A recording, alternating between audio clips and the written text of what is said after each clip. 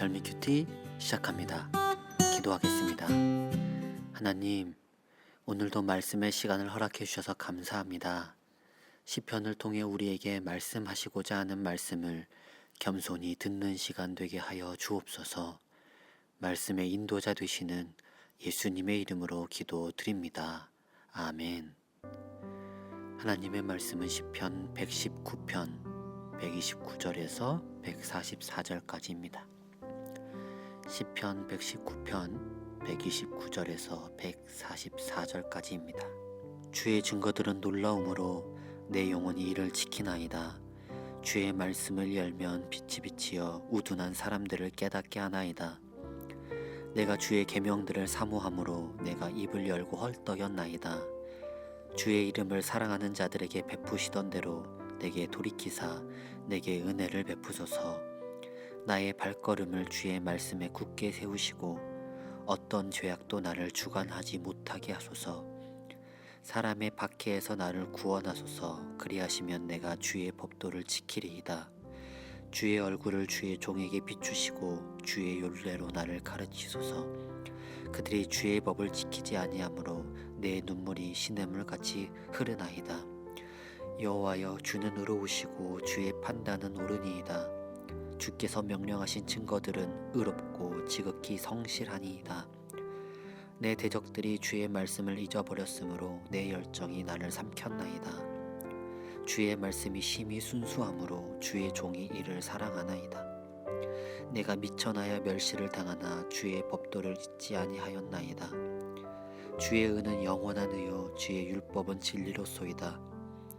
환난과 우환이 내게 미쳤으나 주의 계명은 나의 즐거움이니이다.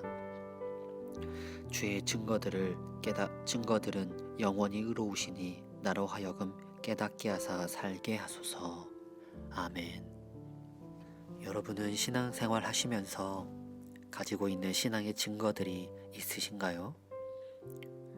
신앙의 증거라고 한다면 경험한, 체험한 믿음이기도 합니다. 예배를 꾸준하게 드리고 별미 큐티, 새벽 예배까지 드리시는 분이라면 삶에서 경험한 믿음의 체험이 다양할 것입니다. 신앙생활은 이러한 믿음의 확신이 없다면 불가능은 아니지만 많이 어렵습니다. 오늘 시편 기자도 신앙생활을 위해서는 믿음의 증거들이 필요하고 믿음의 증거들로 영혼을 지킬 수 있다라고 표현합니다. 신앙생활은 1, 2년으로 했다고 할 수도 없습니다. 그렇다고 30년, 40년 했다고도 좋은 것은 아닙니다. 신앙생활은 연수가 크게 중요하지 않습니다.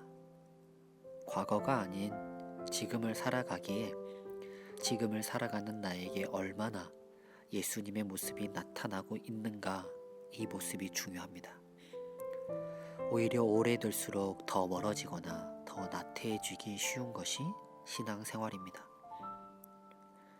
허나 신앙생활을 오래 할 수 있도록 믿음의 자리에서 벗어나지 않도록 도와주는 역할을 하는 것이 있습니다.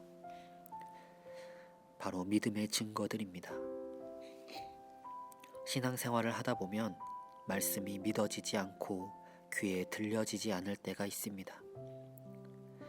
목회자인 저 또한 여러분과 같이 말씀을 듣는데 귀에서 마음으로 내려오는 느낌이 아닌 오른쪽에서 들어와 왼쪽으로 나가는 것처럼 느껴질 때가 있고, 어떤 때는 말씀이 귀에 들어오기 전에 떨어지는 것처럼 느껴질 때도 있습니다. 혹은 모든 것이 거짓처럼 느껴질 때가 있습니다. 하지만 스스로 경험한 믿음의 경험은 분명하기에, 스스로 경험한 것은 명확한 사실이기에 상황과 여건에 따라 변하지 않고 오히려 상황과 여건을 이겨는 믿음을 만들어 주곤 합니다. 그리고 믿음의 증거들로 인해 다시금 신앙의 자리로 돌아오게 된다면, 믿음의 자리에 다시 굳건하게 서게 된다면 오늘 130절에 나오는 것처럼 주의 말씀이 빛처럼 비치어 우리의 우둔함을 깨닫게 해줍니다. 오늘 말씀을 읽는데 주의 말씀이 냉장고에 있는 음식처럼 느껴졌습니다. 배가 고플 때 우리는 냉장고를 열어 음식을 꺼내 먹는 것처럼 우리 영혼의 갈급함 그리고 허기짐과 같은 우둔함을 깨우기 위해 말씀을 꺼내어 먹는 모습이 그려졌습니다. 우리는 육체의 건강과 삶의 즐거움을 위해 맛있는 음식 먹기를 즐겨야 합니다. 믿음과 신앙도 이와 마찬가지입니다. 그리스도인으로서 건강하게 그리고 그 삶을 살아가는 즐거움을 느끼기 위해서는 말씀 먹기를 즐겨해야 합니다. 그리고 133절에서 자신의 연약함을 하나님께 고백하며 나의 발걸음이 주의 말씀 위에 설 수 있도록 간구합니다. 우리는 우리가 언제나 연약함을 고백하고 자만하면 안 됩니다. 믿음을 처음 가지게 됐을 땐 우리의 연약함과 죄인됨을 하나님께 날마다 고백하며 동행하기를 간구합니다. 하지만 믿음의 생활을 어느 정도 했고 신앙의 시간이 길어지면 하나님을 의지하기보다 하나님, 이 정도는 저도 할 수 있습니다. 이러한 유혹쯤이야 가볍게 이겨낼 수 있습니다라고 자신을 조금씩 의지하게 됩니다. 이렇게 자신을 의지하다 보면 조금씩 야금야금 신앙의 자리에서 벗어나게 되고 세상의 유혹에 쉽게 빠져버리게 됩니다. 우리는 우리 스스로의 발걸음을 자제할 수 있다라고 생각하지만 우리는 쉽게 무너지고 절대 자제할 수 없습니다. 그만큼 우리는 연약하고 주의 긍휼을 날마다 구하는 삶을 살아야 합니다.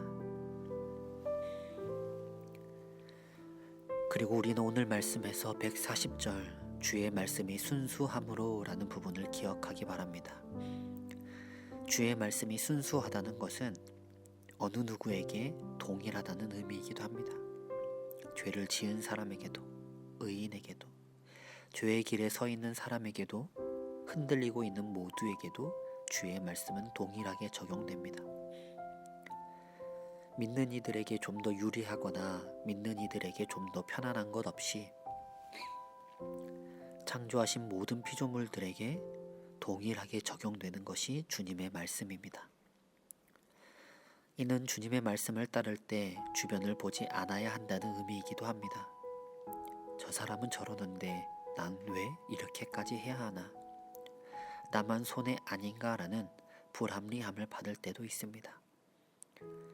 하지만 주님의 말씀이 순수하다는 오늘 말씀을 기억하시며 다른 누군가를 보며 손해본다, 불합리하다는 마음보다 하나님 앞에 자신의 모습을 보시며 주님 앞에 내가 어떻게 살아가고 있는가, 그 말씀을 따라 내가 살아가고 있는가에 집중하시기 바랍니다.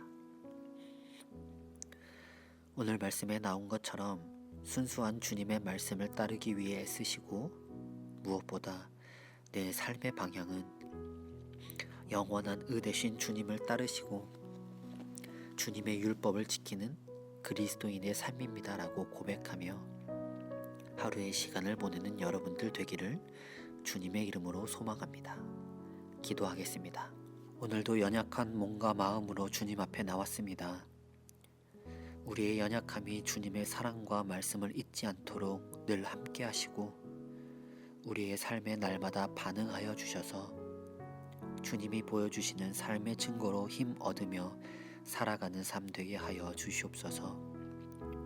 순수한 주님의 말씀을 더욱 따르기 원합니다. 오늘은 어떤 말씀을 따라야 하는지 나에게 필요한 말씀을 볼 수 있는 은혜 더하여 주옵소서. 말씀의 빛에 한 주를 비춰보는 금요일 되며 경건하고 정성스럽게 우리에게 다가오는 주일을 기다리는 안식의 시간으로 인도하여 주시옵소서. 진리요 생명 되신 예수님의 이름으로 기도드립니다. 아멘. 계속해서 묵상과 기도로 하나님 앞에 나아가겠습니다.